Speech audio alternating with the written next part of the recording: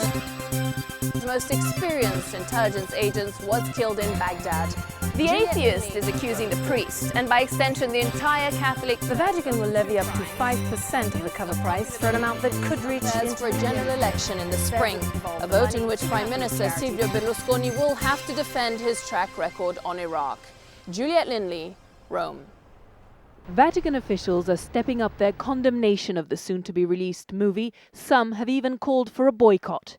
The reason? The Da Vinci Code's claim, amongst others, that Jesus and Mary Magdalene were lovers.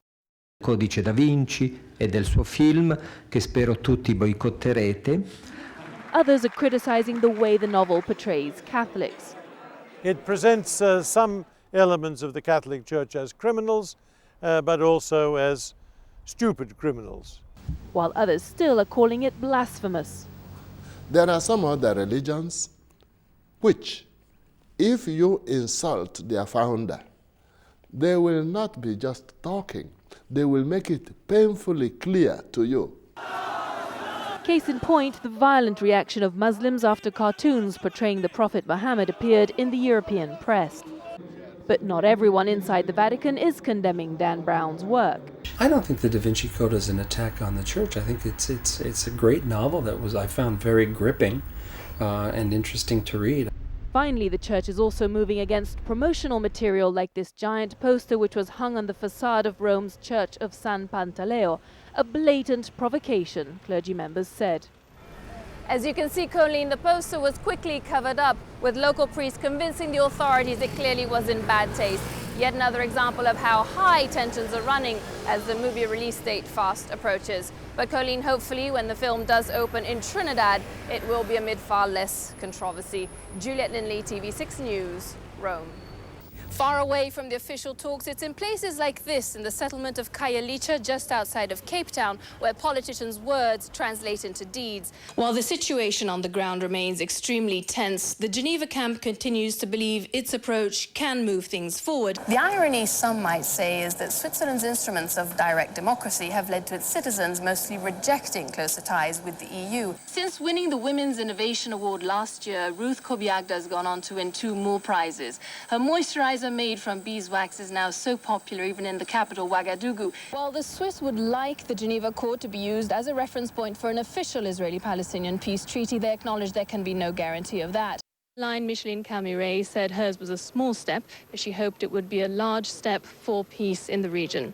She's not only the first foreign government official to come across the line here at Panmunjom. After 19 years of civil war, a peace deal has been reached between the Sudanese government and southern rebels. Although Montana is in German-speaking Switzerland, Kerry early on dropped German in favor of Italian lessons because, as his mother wrote to the dean at the time, her son seemed to have a, quote, definite allergy for the language. The Swiss and the Swedes have been walking across the blue bridge, painted in the UN colour, to the peace village of Panmunjom. Work towards the accord began 2 years ago right here in Geneva. Swiss professor Alexis Keller held an academic discussion with former Israeli Justice Minister Yossi Beilin. As exports show, Europeans above all are increasingly aware that ecology nowadays is no longer a luxurious ideology. Now that he's made it into government, the question is whether Christoph Blocher, the cabinet minister, will be a toned-down version of his controversial self, or whether he'll be bent on imposing his anti-foreigner, anti-EU views. The continuing violence in the Middle East couldn't come between the dreams of one young couple. Despite the odd critic who would rather the focus were purely on Kostenyuk's chess-playing skills. How will this affect the Swiss neutrality? They've always been very big on being neutral. Do you think this will have any kind of impact? Absolutely not.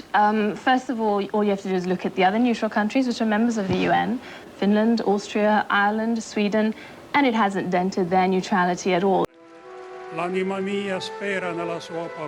An outpouring of grief met the news that John Paul II had succumbed to illness and died quietly in the Vatican's Apostolic Palace. But 1 year on, expectation has replaced sorrow. We lose a pope, we're saddened, but we're also excited about, the possibilities of change within the church. That potential for change lay in the hands of Joseph Ratzinger, Pope Benedict XVI.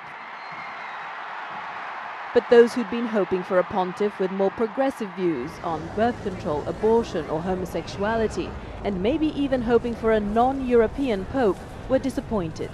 So I believe that, to get more people into the church, to get young people into the church, to get people of color into the church, then I think the church has to change some of its views.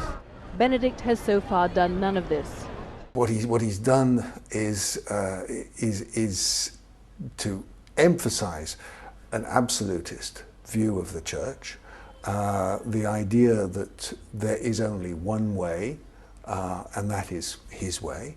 While many wish some of the flamboyance of John Paul's papacy would spice up Benedict's, he is much less of a showman than John Paul II.